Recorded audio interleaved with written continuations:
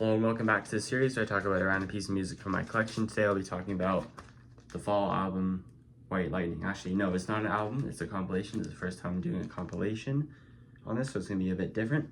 The Fall are, for me, one of the most essential post-punk bands from the original post-punk era. They're from Manchester. I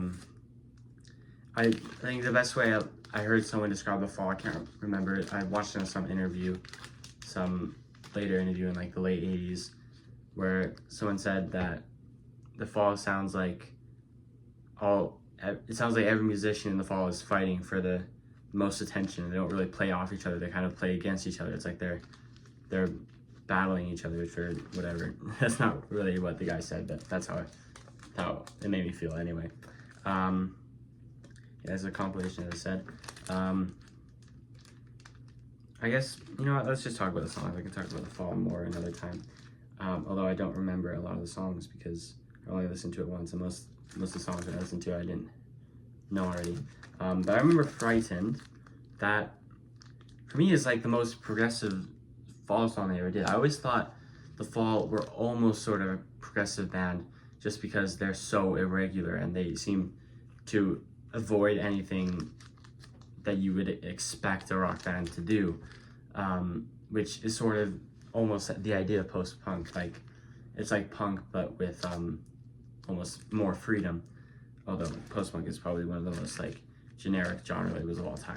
You can call almost anything post-punk, really. But yeah, the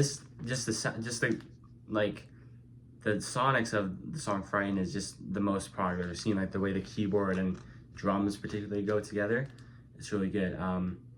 Yeah, I should have said already, Marky Smith is the only consistent member of the Fall. They were a revolving door, up there with the most ever band members in a band, and they were active until Marky Smith's death in, I forget what year, maybe like 2018 or something. I probably shouldn't have guessed because I might be wrong.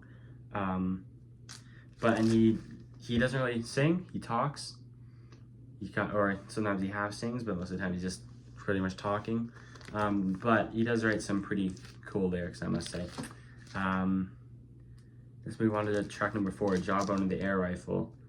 Oh yeah, Frightened was from Live at the Witch Trials, their first album. Jawbone and the Air Rifle is from Hex Induction Hour, which was 1982.